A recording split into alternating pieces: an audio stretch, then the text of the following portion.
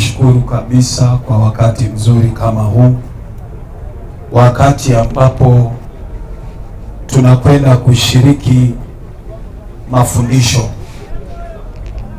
Lengo letu kubwa la kuja hapa ni kushiriki hayo mafundisho, na ninataka nishukuru tu kwa wale ambao wamejikakamua na kuona ya kwamba kila jioni hatukosi kufika hapa ili tuweze kuyashiriki mawili matatu. Basi ninaomba kabla ya jambo lolote, kabla hatujafanya kitu chochote kile, wewe utasimama ili tufungue ibada hii kwa neno la maombi, na ninaamini kabisa itapendeza kabisa, na Mungu wetu ni mwaminifu. Na mimi hupenda kusema ya kwamba katika hiyo hali yetu ya kukaa, lazima tutunze ile distance. Kama mtu amekaa chini, amka bwana, sisi tunaomba Mungu. Kwani wewe unaomba nini? Kama umejifinyafinya na mwenzako, weka distance, na hakikisha ya kwamba hiyo mask umevaa, na utunza maisha yako. Mahali imefika, kila mmoja lazima aone maisha yake kuwa bora. Usifanyie mchezo. Sasa hivi hilo gonjwa likikuvamia tu, ndugu yangu, unaenda hospitalini mwenyewe kwa gharama zako. Sasa jitunze kama hutaki gharama hizo. Naomba uinamishe uso wako, tumwalike Bwana wetu jioni ya leo. Baba, tunakushukuru sana kwa kibali na neema na ruhusa ambayo umetupatia kuweza kusimama hapa, na pia umetutengenezea sehemu hii ili tuweze kushiriki mafundisho yako. Baba, tunajua ni wakati wa maandalizi, ni wakati wa kujiandaa. Wakati wowote parapanda inaweza kulia. Tunaelewa majira, tunaelewa masaha. Biblia inasema ya kwamba tangu kurudi kwa taifa la Israeli, maandiko iko wazi ya kwamba kizazi hicho hakitaisha kabla Yesu Kristo hajarudi. Tunajua ni wewe Mungu uliweka ya kwamba mwanadamu hatapita miaka 120. Maana yake kizazi kimoja ni miaka 120. Tangu Israeli irudi katika makao yao mpaka sasa hivi ni miaka 71. Maana yake we have less than 40 years tumalize one generation. Na ndio maana tunaelewa kabisa ya kwamba tuko katika hali ya kujiandaa. Lazima kila mtu aweke mawazo yake katika kujiandaa. Na tunakuomba wewe utupatie ufunuo wa ndani. Ni wapi hatujakamilisha? Ni wapi hatujaangalia? Ni nini hatujazungumzia? Ni nini kile ambacho Bwana ndani yetu kinaweza kuwa na kasoro hatujatengeneza? Tunakulilia na tunakuomba kwa uwezo wako mkubwa na kwa mamlaka ya Roho Mtakatifu, tuzungumzie, tuangalie Bwana. Sababu ulisema wazi, hakuna kinyonge kinaingia mbinguni, wala hakuna kile chenye dosari na mawaa kitakacho urithi ufalme wa mbinguni. Basi tunaomba tukamilike, kwa sababu tunajua ufalme wako umekamilika kwa utakatifu, kwa upendo, kwa utiifu, umekamilika kwa unyenyekevu na mambo mengine mengi. Na ndio tunaomba ili tuweze kufit katika ufalme wako Jehova. Asante kwa wale ambao wamefika Baba, ukawape ufahamu wa kuelewa yale ambayo yanahitajika katika ufalme wako. Ukatupatie ufahamu wa kuelewa, kwa sababu mara nyingi dunia haikubaliani na mambo yako. Chochote kinachotoka kwako dunia haiwezi kukubali. Watajaribu kivyo vyote waone wameiweka katika system yako, katika system yao ili waweze kuipokea. Lakini isipokuja katika system yao hawawezi kuipokea. Wataikashifu, wataipiga, wataiweka pembeni. Wengine hata hawataiongelelea sana. Baba, tusaidie kuelewa. Na la mwisho, tunaomba ya kwamba utupe ulinzi wa kutosha. Mashambulizi ya kila aina yameinuliwa kinyume nasi, vita vya kila aina, maovu na mabaya yote ambayo yameinuliwa kinyume nasi. Ewe Yesu Kristo, uwe msaada na mtetezi wetu, kwa jina la Baba na la Mwana na la Roho Mtakatifu, wote tuseme amen. Amen. Chukua nafasi yako, chukua nafasi yako ukae, na ninaomba tu unisikilize. Mambo yale tuliyo nayo ni mazuri, na tutaanzia pale tulipoachia jana, sababu nilikuambia kuna sababu kwa nini Mungu ametupeleka kwenye kitabu cha Wakolosai. Kitabu cha Wakolosai ni kitabu kizuri na kina mashauri mazuri kwa wale ambao wako na heavenly minded, watu ambao akili zao zinalenga ufalme wa mbinguni, watu ambao akili zao ziko tayari zimekata kauli ya kwamba watamtii Mungu, watafanya mapenzi yake na watafuata mashauri yake. Situmpatie Bwana Yesu makofi mazuri. Kuna watu ambao hawajakata kauli, yaani mtu ambaye hajajitoa tu uzima ya kwamba mimi nataka nimfuate Baba. Nataka tusome Wakolosai 4:12. Wakolosai 4:12. Tutaanza pale mafundisho yetu mazuri, na ni mambo matamu, mambo matamu. Bwana Yesu asifiwe sana. Bwana Yesu asifiwe sana. Si unipungie mkono hivi nione kama tuko pamoja. Unajua saa nyingine baridi inatukamata sana mpaka unabebwa mawazo. Haleluya. Mawazo yako yanafanya nini? Yanabebwa. Sasa sikiliza hichi kitabu vile kinaongea vizuri sana. Kinasema, kinaongea kuhusu bwana mmoja ambaye alikuwa gerezani na Paulo, lakini kuna maombi alikuwa anafanya mazito sana kwa ajili ya kanisa, na yale maombi ndiyo yamenigusa na nikaona ni vyema kabisa, lazima Bwana akaweze kutuongelesha kuhusu hilo swali. Anasema hivi: Epafra, yuko mtumishi wa Mungu, mchungaji mzuri ambaye alikuwa na juhudi za kuwafundisha wateule spiritual growth. Na maandiko inasema aliona faida kubwa katika ukomavu wa kiroho, kwa sababu tusipokomaa kiroho, ndugu yangu, kutembea na Mungu itatupa shida. Bwana Yesu asifiwe sana. The truth lies in the spiritual one. Na mtu asikudanganye hata siku moja, ndugu yangu, ufalme wa rohoni unafanana na ufalme wa dunia hii. Mtu asikudanganye hata siku moja. Na ndio maana ninataka uelewe, ufalme ule hauna mchezo, hauna mzaha. If at all you are interested in inheriting, ama uwe na nafasi katika ulimwengu wa roho, katika shamba lile la mbinguni, ndugu yangu, you must take care of yourself. Lazima ujishughulikie, ujihoji sana. Angalia ni nini kilichopungua ndani yako, na uweke juhudi, ndugu yangu, uone ya kwamba umefit katika ulimwengu wa roho. Sikiliza vile anasema: Epafra, aliye mtu wa kwenu, mtumwa wa Yesu Kristo, awasalimu, akifanya bidii siku zote kwa ajili yenu katika maombi yake, ili kwamba msimame wakamilifu na kudhibitika sana katika mapenzi yote ya Mungu. Situmpigie Bwana Yesu makofi mazuri. Hayo ni maombi mazuri ambayo yana mwelekeo, maombi mazuri ambayo yanahitajika katika ufalme wa mbinguni. Ninarudia tena, nataka nirudie tena, na nataka niongee kwa undani kabisa. Nataka niongee kwa undani, nataka niongee kwa njia ambayo itawasaidia.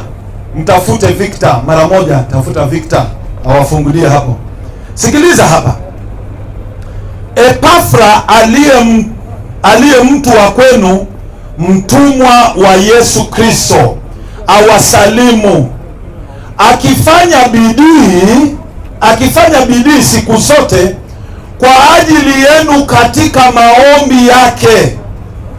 ili kwamba msimame wakamilifu. Bwana Yesu asifiwe sana. Msimame wakamilifu na kudhibitika sana katika mapenzi yote ya Mungu. Ndugu yangu, very strong points. Very strong points. Haleluya. Mambo matatu hayo ambayo mtu yoyote analenga ufalme wa mbinguni lazima ayatilie maanani. Mambo matatu. Kwanza, tuwe wakamilifu.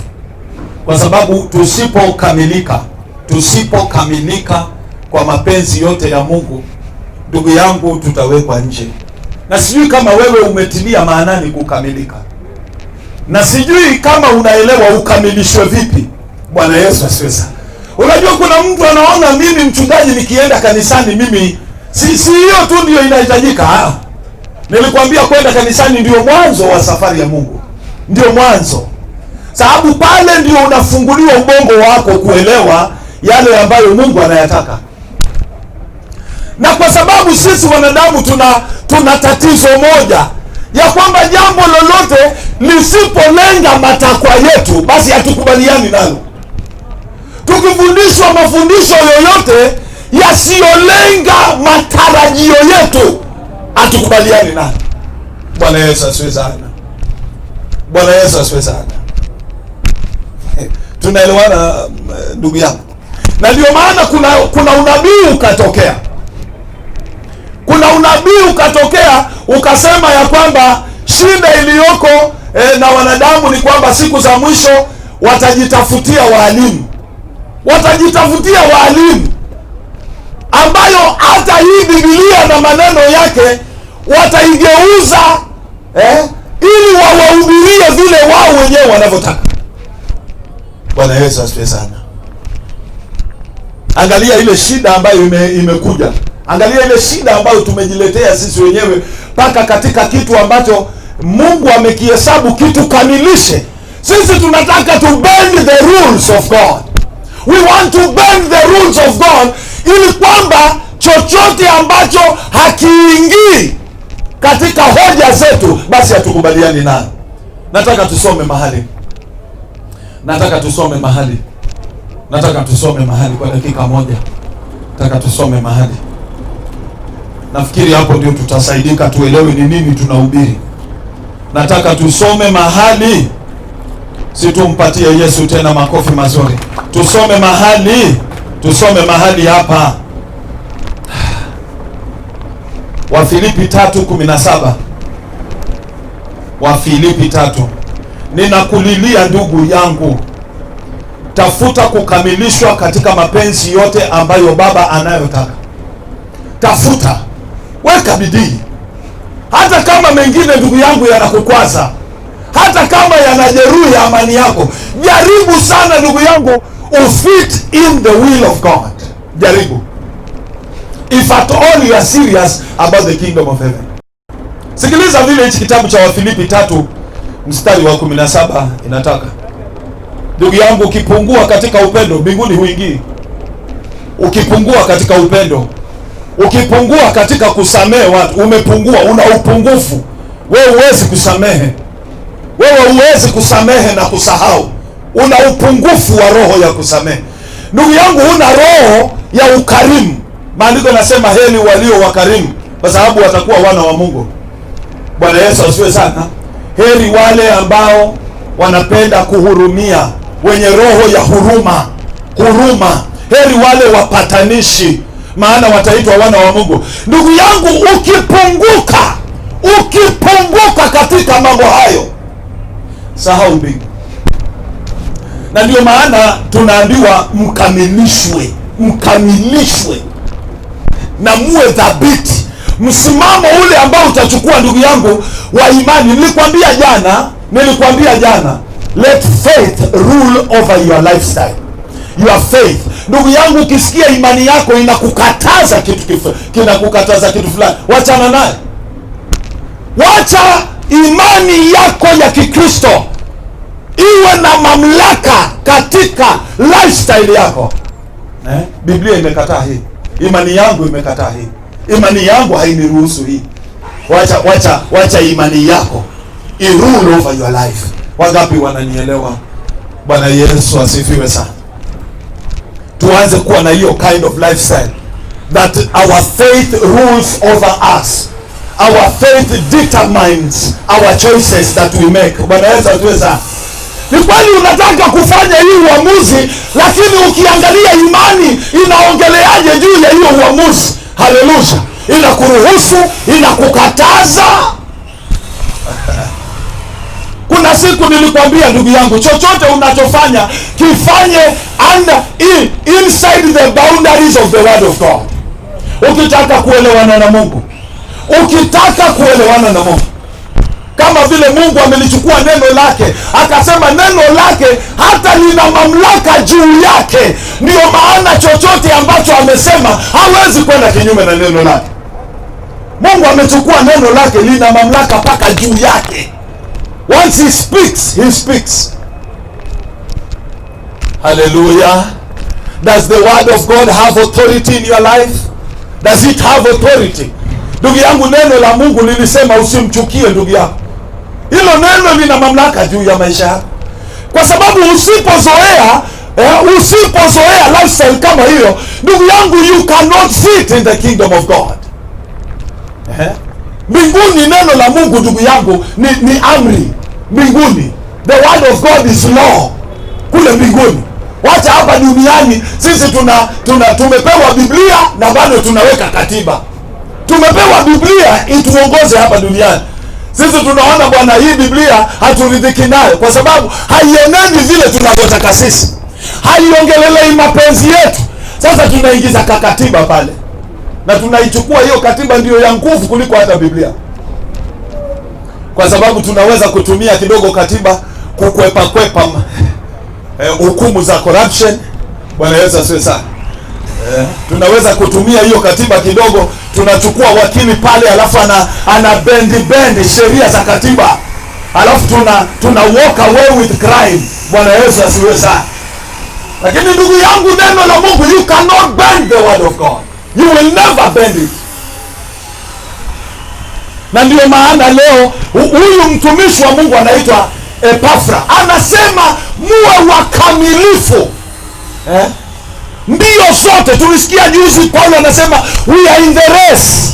We are in the race. Ndugu yangu, mbio zako za kiroho zihakikishe yale matakwa yote na mapenzi yote ya Mungu umehitimu. Hizo ndio mbio zako sasa.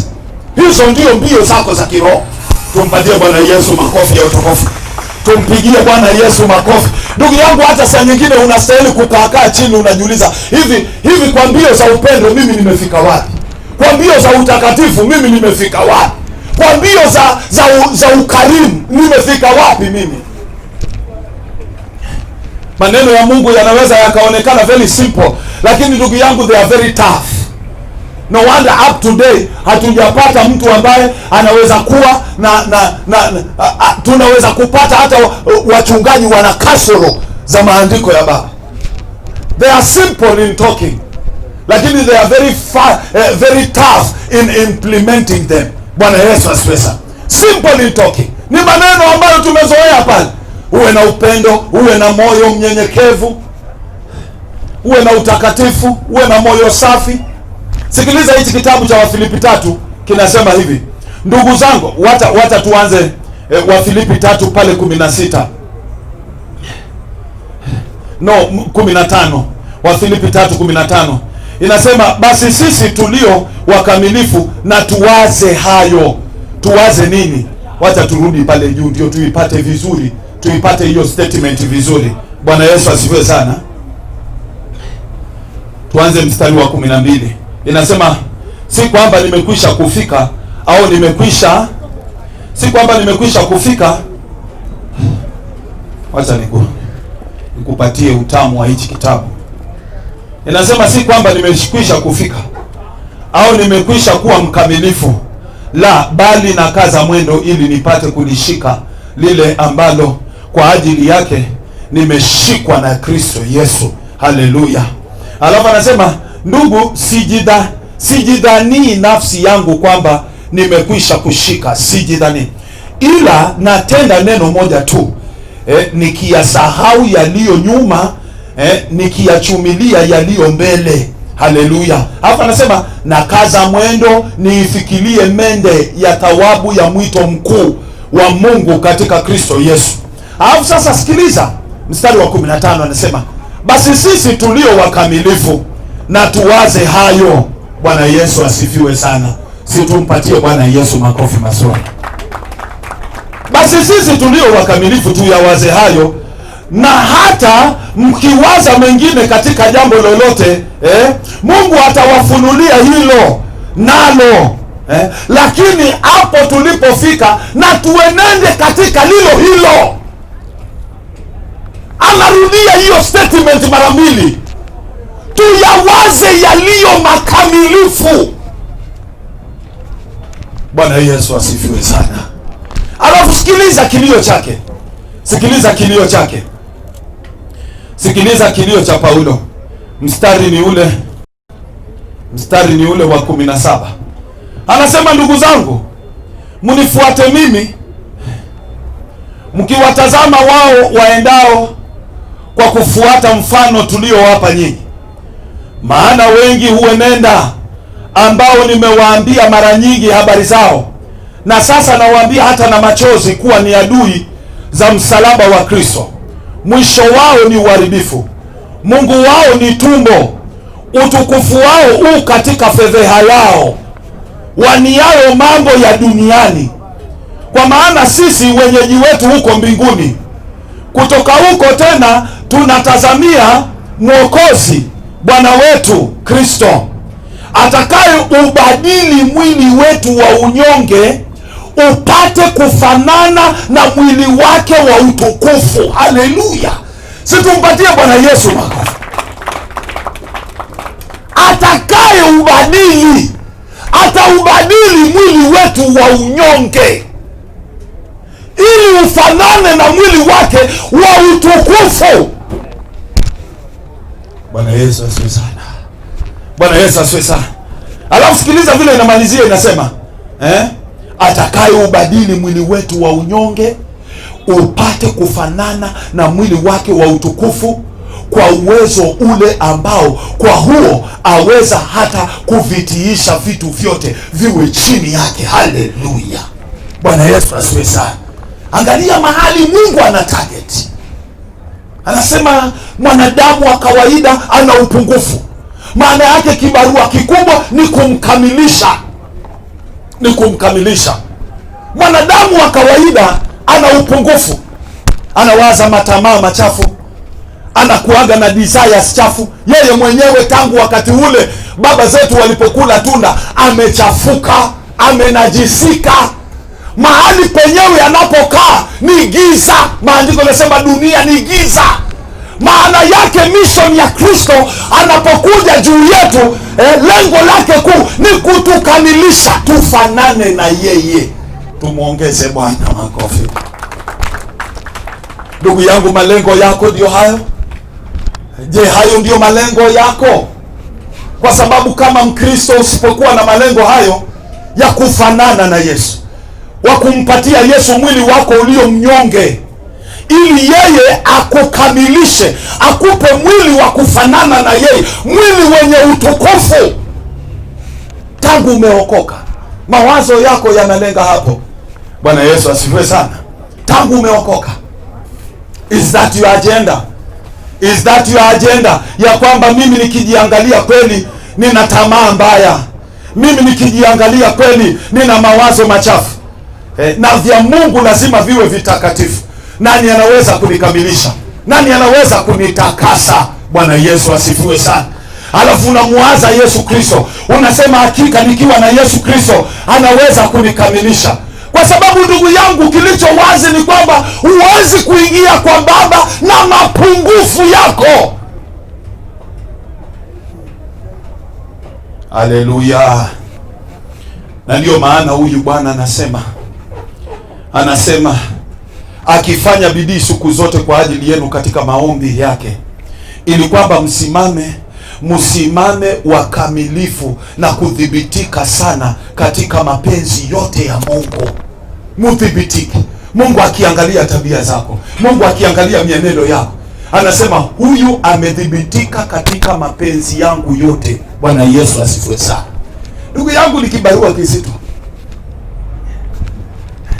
Je, umedhibitika katika mapenzi yote ya Mungu? Wacha tusome hicho kitabu.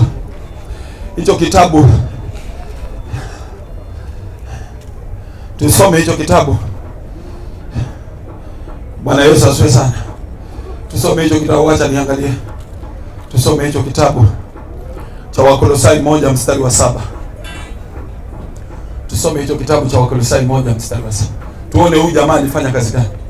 Sababu watu wengi hawaelewi vya kwenda mbinguni. You must be under the terms of God. You must be perfected under the will of God. Na ndugu yangu, ukijichunguza, je, umefikia hiyo alama ya mapenzi ya Baba? Uko mahali Baba anakutaka? Kuna watu wengi ambao hatu vision vitu kama hizo. Tunaingia katika wokovu na tunatafuta vitu ambavyo ni kinyume kabisa na kile ambacho Baba anataka kwako. Tunaingia katika wokovu, alafu tunaanza ajenda zetu. Bwana Yesu asifiwe sana. Alafu tunafikiria ya kwamba tukiwa na uwezo juu ya mapepo, tukiwa na uwezo na imani ya kung'oa milima, tukiwa na imani ya kupasua bahari kama Elija na tupite hapo katikati, basi sisi tumefaulu. Ndugu yangu, nilikwambia juzi na ninakwambia leo hii tena, Agano Jipya halijisifii miujiza. Agano Jipya halijisifii unabii. Bwana Yesu asifiwe sana. Agano Jipya lina sifa zingine mpya. Mwanzo ukisoma kitabu cha Wakorintho wa kwanza 12 mstari wa 29, inasema tafuteni karama zilizo bora, karama zilizo kuu. Haleluya. Agano Jipya halijisifii miujiza, halijisifii imani. Agano Jipya linasema kati ya imani na tumaini na upendo. Katika Agano Jipya upendo ndio kitu cha juu zaidi. Mbingu ikiona watu wamekamilika katika upendo, wanasema huyu amepita mtihani. Mbingu ikiona watu wamekamilika katika utakatifu, wanasema huyu amepita mtihani. Mbingu ikiangalia mtu amekamilika katika utu wema, wanasema huyu ako sawa. Je, wewe umeangalia Biblia vizuri ukasema mimi nimekamilika katika kuhitimu mapenzi yake yote Baba? Nimeimarika katika kuyatimiza mapenzi yote ya Mungu. Wakolosai 1 mstari wa 7. Kama mlivyofundishwa na Epafrat, mjoli wetu mpenzi, aliye mhuduma mwaminifu wa kwanza wa Kristo. Aliwafunza nini? Kwa ajili yenu, naye alitueleza upendo wenu katika roho. Sasa sikiliza yale mambo huyu jamaa alifundisha hao watu. Anzia mstari wa 3, Wakolosai 1 mstari wa 3. Twamshukuru Mungu Baba yake Bwana wetu Yesu Kristo. Twamshukuru Mungu Baba yake Bwana wetu Yesu Kristo siku zote, tukiwaombea tangu tuliposikia habari za imani yenu kwa Kristo Yesu na upendo mlio nao kwa watakatifu wote, kwa sababu ya tumaini mliloweka akiba mbinguni. Bwana Yesu asifiwe sana. Ambalo habari zake mlizisikia zamani kwa neno la kweli ya Injili iliyofika kwenu, kama ilivyo katika ulimwengu wote, na kuzaa matunda na kukua. Sikiliza, huyu Epafra amefundisha hawa watu kitu cha kwanza imani, kitu cha pili upendo, alafu akawafundisha, maandiko yanasema akawafundisha kweli ya Injili, hiyo ni kitu ya tatu. Alafu kitu ya 4 akawafundisha kuzaa matunda na kukua, kama inavyokuwa kwenu pia, tangu siku mliposikia mkaifahamu sana neema ya Mungu katika kweli. Si tumpigie Bwana Yesu makofi mazuri. Angalia teachings ambazo huyu jamaa alipeleka kwa hilo kanisa. Kuzaa matunda, kukua. Bwana Yesu asifiwe sana. Upendo, imani. Bwana Yesu asifiwe sana. Huyu mtu alikuwa na njia za kufundisha na alitarget mafundisho ambayo alijua yanaleta ukamilifu wa kiroho ndani ya Wakristo. Alitarget mafundisho ambayo alijua wazi yanawakamilisha kuimarika katika mapenzi yote ya Mungu. Wangapi tunaelewana lugha? Are we heading on that way? Mapenzi ya Mungu, mapenzi ya Mungu tunakamilika ndani yake. Bwana Yesu asifiwe sana. Hiyo ndio kitu mimi ninataka uwaze na kuwazua, haswa wakati huu. Waza na kuwazua. Ni kweli uko kanisani, ni kweli hata Biblia unasoma, lakini je, unaenenda kulingana na vile maandiko haya yanavyotaka? Kwa sababu maandiko haya yana siri yake, yanataka ukue kiroho, yanataka ukamilike katika mapenzi ya Baba. Na mimi hupenda kusema hichi kitabu cha Matthew, wacha tusome kidogo leo, wacha tukipitie. Watu wanaona ni matendo madogo madogo, lakini yana uzito sana. Injili za Kristo usizifanyie mzaha. Kitabu cha Matthew 5. Kitabu cha Matthew 5. Naye alipowaona makutano, alipanda mlimani, na alipokwisha kuketi, wanafunzi wake walimjia. Akafungua kinywa chake, akawafundisha akasema, heri walio maskini wa roho, maana ufalme wa mbinguni ni wao. Heri wenye huzuni, maana hao watafarijika. Heri wenye upole. Heri wenye njaa na kiu ya haki. Heri wenye rehema. Heri wenye moyo safi. Heri wapatanishi.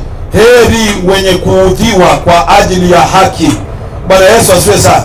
Heri nyinyi watakapowashtumu na kuwaudhi na kuwanenea kila neno baya kwa uongo na kwa ajili yangu. Furahini na kushangilia, kwa kuwa thawabu yenu ni kubwa mbinguni, kwa maana ndivyo walivyowaudhi manabii waliokuwa kabla yenu. Situmpatie Bwana Yesu makofi. Ndugu yangu, hayo mafundisho ni madogo.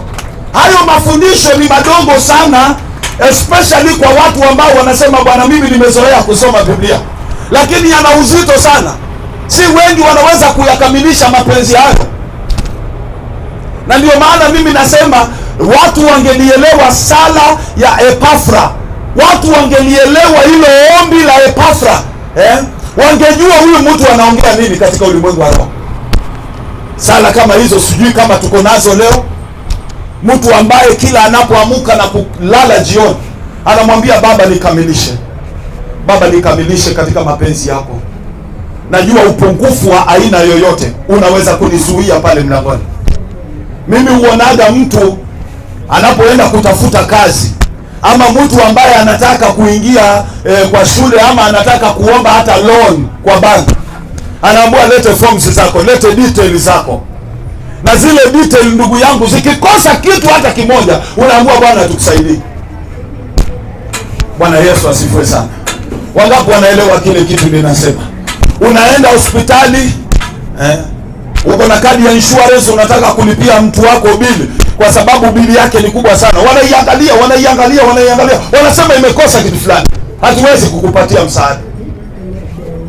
Na mbingu imekuwa ikitueleza kila wakati, tena imekuwa ikiongea na uchungu sana. Ndugu yangu, mtu yoyote ataonekana na upungufu, mtu yoyote ataonekana, aidha ni upungufu wa kiroho, aidha ni upungufu wa matakwa ya Mungu. Mungu anaangalia yale matakwa yake yote aliyotuagiza, na anaona kuna moja imepungua ndani yako. Ndugu yangu, sahau mbingu. Kwa nini mimi nakuletea mafundisho haya leo? Nataka uliangalie swala la kuokoka vizuri, uliangalie kwa makini. Wacha kuchukulia swala la kuokoka as a joke. Wangapi tunaelewana vizuri? Wacha kuchukulia swala la kuokoka as a joke. Angalia vizuri, sababu maandiko yanasema kuna wengine wamechukulia hili swala la kuokoka vibaya. In fact, wamekuwa adui wa msalaba. Paulo anasema wamekuwa adui wa msalaba. Ndugu yangu, ukisoma hii Biblia nyingine ndio itakuuma roho. Wacha nikusomee hiyo wa Filipi 3 kwa hii Biblia nyingine. Unajua Biblia inakuaga na mafunuo tofauti. Wacha nikusomee hii ndio usikie. Na wale ambao wanafanya hivi tuko ni wale ambao wako katika kanisa ya leo. Sikudanganyi. Wale wanataka wahubiriwe injili on their terms. Na mimi nimekuja kugundua kitu. Jana usiku Bwana alinipatia revelation kabisa. Imagine huduma ya Yesu yote aliyofanya. Yesu alifanya ministry. Na wakati akiwa kwa crusade bwana, tunasikia analisha wanaume 7,000, wanawake hawajahesabiwa. Analisha wanaume 5,000 mara 4,000 na wanawake hawajahesabiwa. Lakini can you believe wakati Yesu alipotoka hapa duniani akienda mbinguni, kati ya hiyo umati yote aliyokuwa anaweka, hiyo umati kubwa, aliwacha washirika 120 peke yake. Washirika 120 peke yake. Wale walikuwa wa kweli kweli. Hii wote wengine yote ilikuwa makomoro. Just imagine. Hiyo kitu lilishangaza sana. Eti wakati walipokuwa in the upper room wakiomba, wameshikana mikono mpaka Roho Mtakatifu akashuka, they were only 120. Lakini angalia, wakati Yesu anasimama anaweka crusade, wanaume peke yake 7,000, wamama bado, vijana bado. Lakini wale wanaenda kanisani kwa kweli 120. Bwana Yesu asifiwe sana. Bwana Yesu asifiwe sana. Hiyo inakuonyesha wazi kabisa, sio wengi ambao waliomfuata Yesu walimaanisha. Ni kweli alikuwa na mikutano mikubwa, lakini sio wengi walikata kauli ya kumfuata kikweli. Na hilo ndio swali mimi ninakuuliza jioni ya leo. Have you truly made up your mind to follow Christ? Umekaa chini ukazizingatia gharama zake? Yesu mwenyewe alisema wazi, nani yule atakaye kujenga nyumba ambaye hajakaa kwanza chini akazingatia gharama? Nani yule ambaye anataka kujenga ghorofa ambaye kwanza hakai chini apige hesabu aone kama mfuko wake utatosha, asije akaanza afike katikati akakwama watu wakamcheka? Wao umezizingatia gharama, kwa sababu huyu ndugu yetu Epafra anasema ninawaombea, na yuko gerezani yeye na Paulo wanatuma salamu wakiwa gerezani. Nenda kasome hiyo Wakolosai 4. Hizo ni maombi, salamu wanatuma wakiwa wamefungwa. Niko na fulani hapa, niko na fulani hapa, niko na fulani hapa, na wako ndani. Na huyu jamaa akiwa huko ndani anaombea kanisa ambalo liko nje, analiombea. Paulo anasema tuko hapa na Epafra, anaomba usiku na mchana ili mkamilike na muimarike katika mapenzi yote ya Mungu. Ndugu yangu, it is not a joke. Sijui kama kuna watu ambao sasa hivi wako na hiyo kiu. Nilikwambia jana na ninakurudilia leo ya kwamba Mungu anataka aone wale Wakristo ambao wamefika to a level wako na kiu ya kuingia mbinguni. Na nikakwambia no wonder Christ anasema mwenye kiu aje anywe maji, yule aliye na njaa aje kwangu ale. Mpaka ifike mahali interest yako ya mbinguni itawaka kama kiu. Una kiu ya kumwona Bwana, una kiu ya kuingia mbinguni, una kiu. Wakina Paulo walikuwa na kiu, ndio maana waliongea maneno kama haya: kuishi ni Kristo, kufa ni faida. Natamani kwenda kukaa na Baba, lakini nikiangalia nyuma pia bado natamani kukaa na nyinyi ili niendelee kuifanya huduma. Bwana Yesu asiwe sana. Walikuwa na kiu, walifika level ya kiu. Tumpatie Bwana Yesu makofi mazuri sana. Tumuongeze Bwana Yesu makofi ya utukufu. Sikiliza vile inasema. Kitabu kinaniuma sana. Kinaniuma kila wakati ninapokisoma. Anasema, ndugu zangu, kwa pamoja fuateni mfano wangu na kuwatazama wale wanaofuata kielelezo tulichowawekea. Kwa maana kama nilivyokwisha kuwaambia mara nyingi kabla, nami sasa nasema tena hata kwa machozi, watu wengi wanaishi kama adui wa msalaba. Ni kweli. Unajua adui wa msalaba ni yule hataki kusikia mafundisho ya mateso. Huyo ni adui wa msalaba. Bwana Yesu asifiwe sana.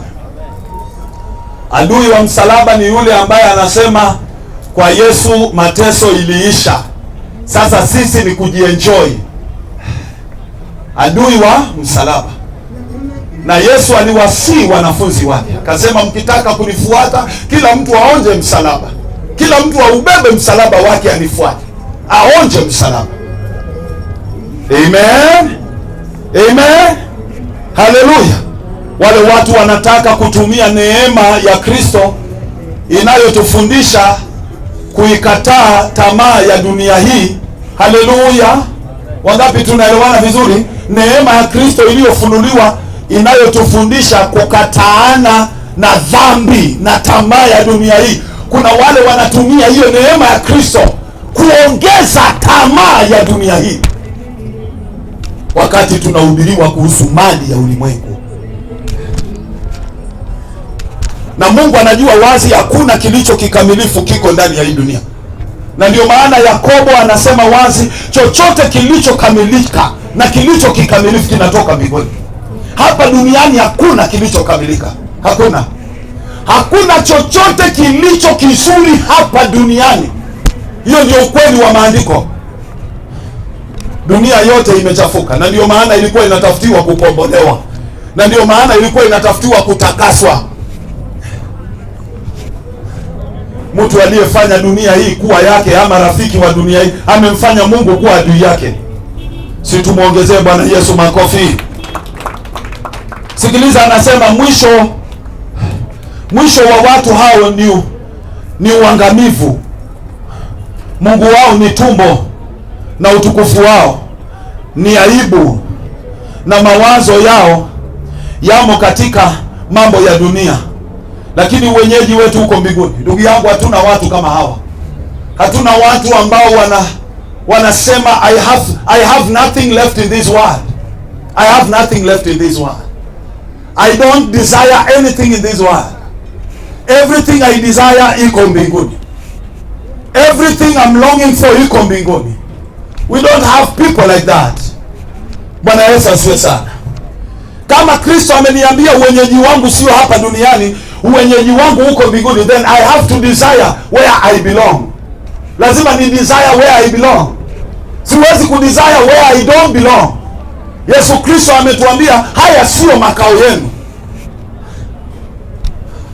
He has no place in this world. Tumpatie Bwana Yesu makofi ya utukufu. Tumuongeze Yesu Kristo makofi ya utukufu.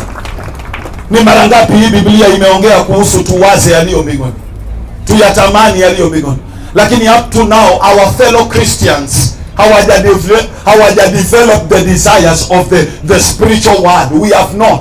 Na hata kama wako ni wachache sana ambao wana kiu cha maisha ya kiroho, maisha yaliyo matakatifu, maisha yaliyojazwa na upendo, maisha yaliyojazwa na huruma na ukarimu. Bwana Yesu asifiwe sana. Maisha yaliyokamilika. Tumuongeze Bwana Yesu makofi ya utukufu. Tumuongeze tena Bwana Yesu makofi ya utukufu. Sikiliza vile anaendelea kumalizia hapa. Lakini wenyeji wetu huko mbinguni, nasi tunamngojea kwa shauku Mwokozi kutoka huko. Tunamngojea kwa shauku, tunamngojea kwa hamu. Hallelujah. The desires of that world, the desires of our Lord, yaani Bwana wetu Yesu Kristo, atakayo ubadili mwili wetu wa unyonge ili apate kufanana, ili upate kufanana na mwili wake wa utukufu, kwa uwezo ule ambao kwa huo aweza hata kuvitiisha vitu vyote chini yake. Haleluya jamani, tumpatie Bwana Yesu makofi jamani. Do you have that desire as a born again Christian? Umeshawahi kujiangalia ukasema, hakika huu mwili ambao ninaubeba sasa hivi, it is filthy of sin. I am desiring that new body that Christ is going to give me, that body of glory. Have you ever desired for such a body? Unasema huu mwili niko nao. Paulo aliangalia mwili wake, akalia machozi, akasema, nani atakaye niokoa na mwili huu ambao chanzo chake ni dhambi? Who will save me from this body? Huu mwili umekuwa kikwazo ya urafiki wangu na Mungu. Huu mwili, kila wakati nikitaka kutembea vizuri na Mungu, huu mwili unaingia katikati, unaniambia fanya kitu kingine. Kila wakati niking'ang'ania roho yangu iimarike katika mapenzi ya Baba yangu, huu mwili unaingia katikati, unaninyima kukamilika. I desire that body of my Lord Jesus Christ, ambao umekamilika. Haleluya, Bwana Yesu asifiwe. Ni wangapi ambao wamefundishwa? Wachungaji wetu mbona wasitufundishe mambo haya? Sababu Epafra aliwafundisha kanisa la Watesalonike, akawaambia kuna mambo ambayo lazima muangalie kuzaa matunda, muangalie kukua kiroho. Bwana Yesu asifiwe sana. Muangalie kukaa katika imani. Let faith control your lifestyle. Kama kitu chochote unachotaka kufanya kinapingana na imani yako, ndugu yangu, usidhubutu.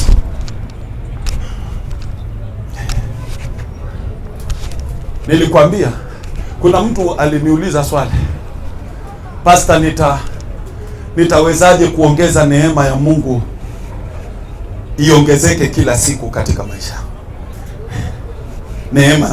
Neema ya Mungu haiongezeki kwa sababu unaomba. Neema ya Mungu inaongezeka juu ya maisha yako kila siku, because Mungu anaona the race ambayo unakimbia towards perfection. Hallelujah. Mungu anasema tumuongeze neema huyu. Hallelujah. Situmpatie Bwana Yesu makofi. Zile juhudi zako za kukimbia towards perfection, maombi, sala, kufunga na kuomba, and hii yote unafanya towards being perfected in every will of God. Wangapi tunaelewana vizuri? Mungu akiona hiyo anasema tumuongeze neema. Let us add him grace, ili aweze kushinda na kushinda zaidi. Na ndio maana Kristo anasema lile tawi ambalo linazaa, mimi ulisafisha lizae zaidi. Amen. Bwana Yesu makofi. Mimi ulisafisha, ninaliongeza neema lizae zaidi. Ninaliongeza neema likamilike. Ninaliongeza neema lifikie alama ya uokovu. Ndugu yangu, ninawauliza jioni ya leo, sisi tumeokoka, lakini akili zetu ziko hapo mahali Epafra alieleza kanisa la Watesalonike, mahali Epafra anaomba usiku na mchana. Akili zetu ziko hapo. Haleluya. Ni watu waliokomaa kiroho, ni watu waliokuwa kiroho. Wacha tusome mahali fulani. Paulo anasema endeni kama mimi, fuateni mfano wangu. Kuna mahali ameongea kitu kama hicho, Wakorintho wa kwanza 11 mstari wa kwanza. Sikiliza, anasema ninawasifu kwa kuwa mnanikumbuka. Wakorintho wa kwanza 11 mstari wa kwanza inasema niigeni mimi kama nami ninavyomuiga Kristo. Niigeni mimi kama nami ninavyomuiga Kristo. Ninawasifu kwa kuwa mnanikumbuka katika kila jambo na kwa kushika mafundisho niliyowapa. Haleluya. Alafu anasema hivi, lakini napenda mfahamu kwamba kichwa cha kila mwanaume ni Kristo, na kichwa cha kila mwanamke ni mwanaume. Bwana Yesu asifiwe sana. Unajua kuna wakati mtu alileta argument akasema, Pastor, hivi mwanamke anafaa kuhubiria mwanaume? Na kuna wengine wanasema hakuna shida kwa sababu sisi wote unajua tumejazwa na Roho. But this Bible inasema kivyengine. Hiyo. Every time God looks at men, he sees the head of Christ. That is what that Bible inasema. Kichwa cha mwanaume ni Kristo kiroho. That is how God is seeing us. Na kichwa cha mwanamke ni mwanaume. Maana yake kivyo vyote mwanamke akiwa mbele ya mwanaume na ni mwanamke ameokoka na amejazwa na Roho Mtakatifu, lazima awe na heshima juu ya kichwa cha Kristo. That is the point. Ndugu yangu, hiyo tunaweza bishana na wewe mpaka Yesu arudi. Na Roho Mtakatifu akiingia ndani yetu, anatudiscipline because God has delegated duties to us. Ni Mungu, ni mapenzi ya Mungu ya kwamba kichwa cha mwanaume kiwe kichwa cha Kristo na kichwa cha mwanamke kiwe kichwa cha mwanaume. That is the will of God, ya kwamba every time. Na ndio maana ukisoma pale chini maandiko inasema mwanaume hakuumbwa kwa ajili ya mwanamke, lakini mwanamke aliumbwa kwa ajili ya mwanamke, kwa ajili ya mwanaume. Bwana Yesu asifiwe. Na ndio maana kila wakati mwanamke lazima awe katika hali ya kumilikiwa. There is no way mwanamke na Roho Mtakatifu na ndio maana this is what I want to tell you. Yesu alipochagua wanaume 12 wa head huduma ya Kristo, aliwaona kuwa representatives of Christ. That is why alichoose wanaume peke yake. Na hata wakati Judas alipokufa, hakuna mwanaume aliingiwa na wazimu akasema kwa sababu Judas amekufa na mama wa Yesu wako hapa, mama wa Mungu, situmpatie hii nafasi, mama wa Mungu. Hakuna mtu aliingiwa na hiyo wandazimu. Wamama waliokuwa pamoja na wale mitume walijua men represent the head of Christ.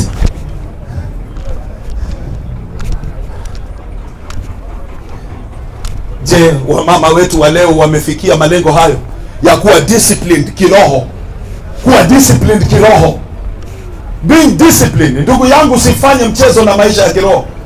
Wale watu wote wanatembea katika maisha ya kiroho. Nilikupatia mfano mzuri wa Yohana, na nikakwambia angalia, huyu mtu tunaambiwa ndio Elijah aliyekuwa, lakini angalia wakati alipokuja na Yesu, he was very disciplined in the spirit.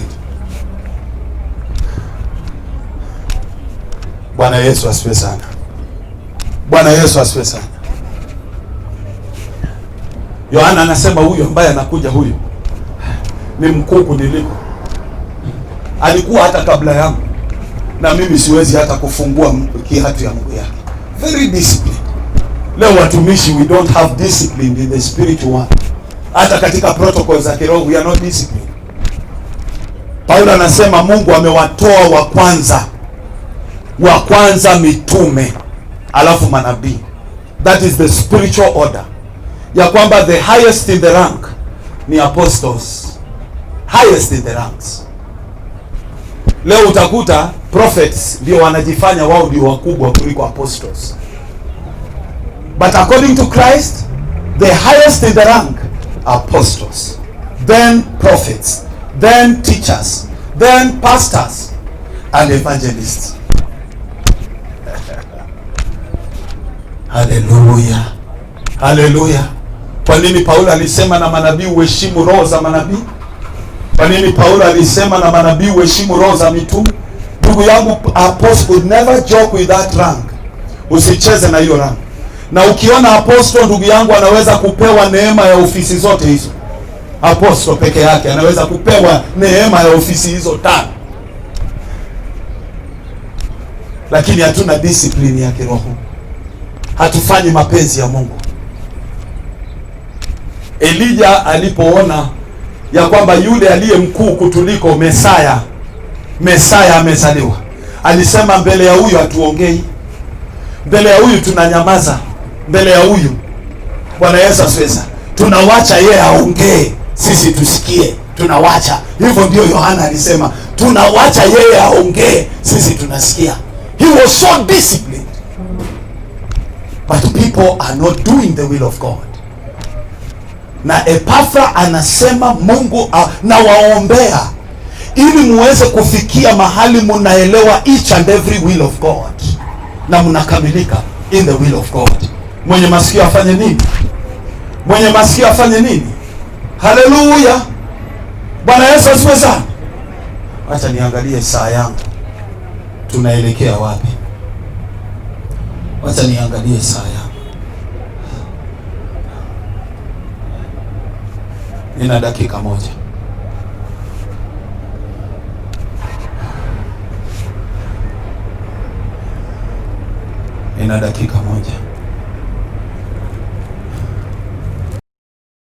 dakika moja peke yake.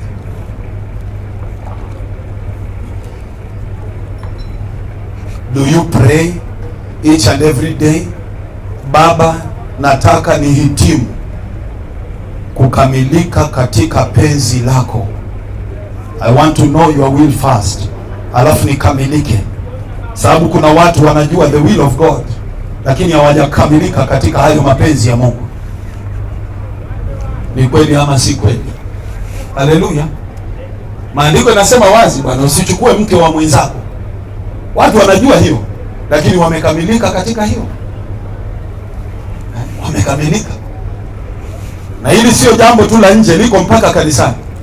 Tumesikia kesi ngapi bwana, mchungaji ako na mke wake lakini amemchukua mke wa mwingine mchungaji, na imezua kelele kweli. Haleluya. Nilimfuata mchungaji fulani mpaka kwa nyumba yake na nikapata bibi yangu huko. Are we doing the will of God? Tumekamilika? Ni kweli tunajua mapenzi ya Mungu, lakini tumekamilika ndani yake? Usimdhulumu jirani yako, usimdhulumu. Tunajua hiyo, lakini tumekamilika katika kufanya hiyo? Bwana Yesu asifiwe sana. Usiseme uongo, usiseme uongo. Ndio yako iwe ndio, la yako iwe la. Usiseme uongo. Hiyo tunajua, lakini tumekamilika.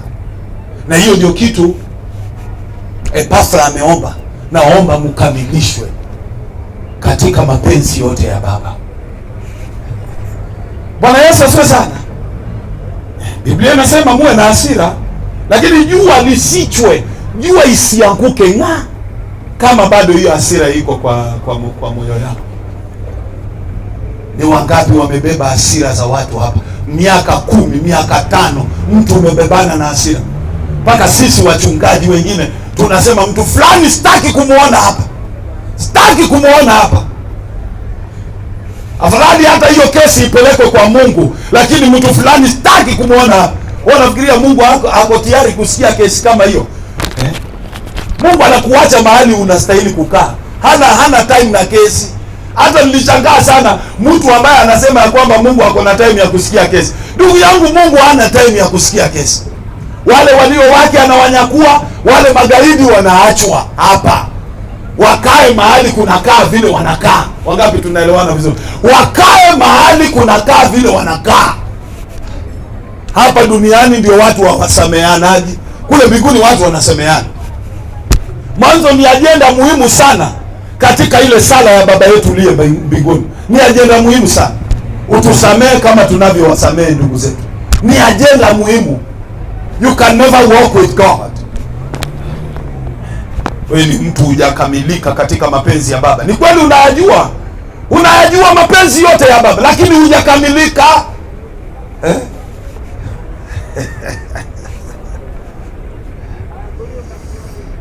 Aya.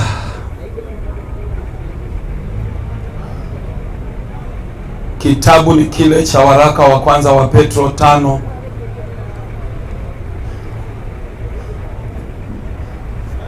Kitabu kile cha waraka wa kwanza wa Petro 5 mstari wa 2.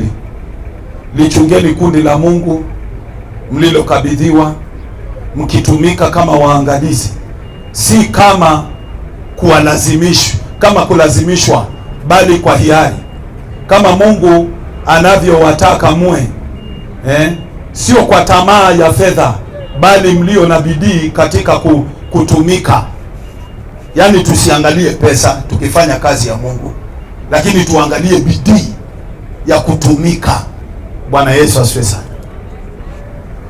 Alafu anasema msijifanye mabwana juu ya wale walio chini ya uangalizi wenu, bali iweni vielelezo kwa hilo kundi. Paulo amekuwa kielelezo. Nifuateni mimi kama vile ninamfuata Kristo. Bwana Yesu asifiwe sana. Niangalieni mimi kama kielelezo. Ndugu yangu, sisi ni vielelezo kweli? Hilo ni swali nataka nikuachie jioni ya leo.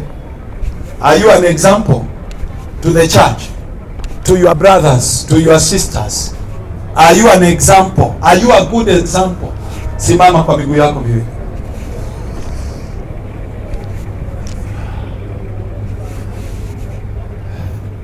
Inamisha uso wako. Baba, ni asante kwa yale yote umetufundisha jioni ya leo. Ni mambo mazuri, ni mambo matamu ya kupendeza. Umesema tuwe kielelezo, na umesema tukamilishwe katika mapenzi yote yako. Baba, hiyo ombi ya Epafra ni ombi zito, na sijui kama kuna watu wanaomba maombi hayo ya Epafra. Kitabu chote cha Wagalatia, samahani, Wakolosai 4 kinaongelelea kuhusu maombi. Inasema tuombewe kama wachungaji, tuombee wengine, tuombee nchi yote. Lakini kuna kitu kimoja kinaombewa pale cha kipekee: tukue, tuzae matunda, tukamilike katika utakatifu na mambo mengine mengi. Na ajabu ni kwamba hii sala ilifanywa mtu akiwa gerezani, kwa sababu alijua umaana wa hiyo sala. Kama atungekamilishwa ama kama hatutakamilishwa mbinguni hatuingii.